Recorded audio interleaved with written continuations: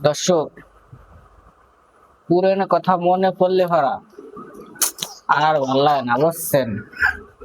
পুরনো স্মৃতিটা কত সুন্দর ছিল, এটার বলে বুঝতে পারতাম না। কি এত সুন্দর ছিল জীবনের স্মৃতিটা, এটা প্রকাশ করার মতো না। কি ওই সময় ছোট ছিলাম, আরো ভালো ছিলাম। বড় হয়েছি, আরো মনে করেন যে জীবনের দিন দিন যাচ্ছে, কষ্ট বেশি, পরিশ্রম বেশি, সবকিছুই বেশি। দেখি সম্মানটা পাওয়া যায় না। ছোট ছিলাম, অনেক ভালো ছিলাম, দিনটা অনেক সুন্দর কাটতো। অনেক যাই কিছু করতাম আর না করতাম, নিলিবিলি বাপের হোটেলে তো খাতি পারতাম।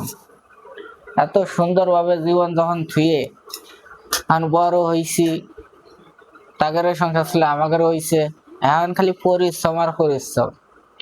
মানে সুখ যে কোহানে গেছে এটা বলতেই পারবো না। সুখ জীবন সব হারাই গেছে, খালি এখন কষ্ট আর কষ্ট। টাকা টাকা টাকা ছাড়া কোনো পথ নাই, আর কোনো কায়দাও নাই। টাকা যেখানে, পুরুষ সেখানে। পুরুষ ছাড়া, পুরুষ এমন একটা জিনিস, টাকা ছাড়া তার দাম নাই। এই টাকা সবাই কামাই করতে হবে, সবাই মিলেমিশে ভাঙতে হবে। খালি কামাই করলে হবে?